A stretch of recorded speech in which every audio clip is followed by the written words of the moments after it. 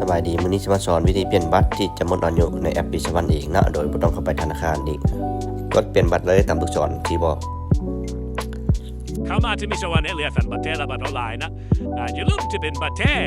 ต้องเข้าไปเอาอยู่ธนาคารนะยิ่งจะเป็นบัตรออนไลน์นะครับต้องจะเป็นเข้าไปธนาคารนี้กรณีนี้จะเป็นบัตรออนไลน์สิเรียกอะไรแบบนะเอาเป็นบัตรฟ้าคือเก้าออนไลน์กันบนมือมาที่ระบอน้ำเบอร์โทรกดต่อไปเลย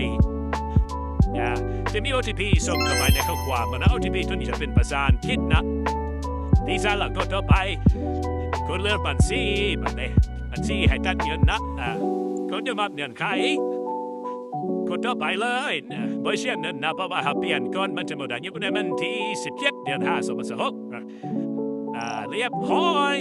ต่อไฟหมดอายุแล้วก็กดเปลี่ยนได้เลยนะอยู่ในจอมันจะมีไอคอนโซ่ขึ้นมาให้กดใส่บายบายขอบใจเด้อกดไลค์กดแชร์ส่งให้หมู่เพื่อนต่อไปขอบใจ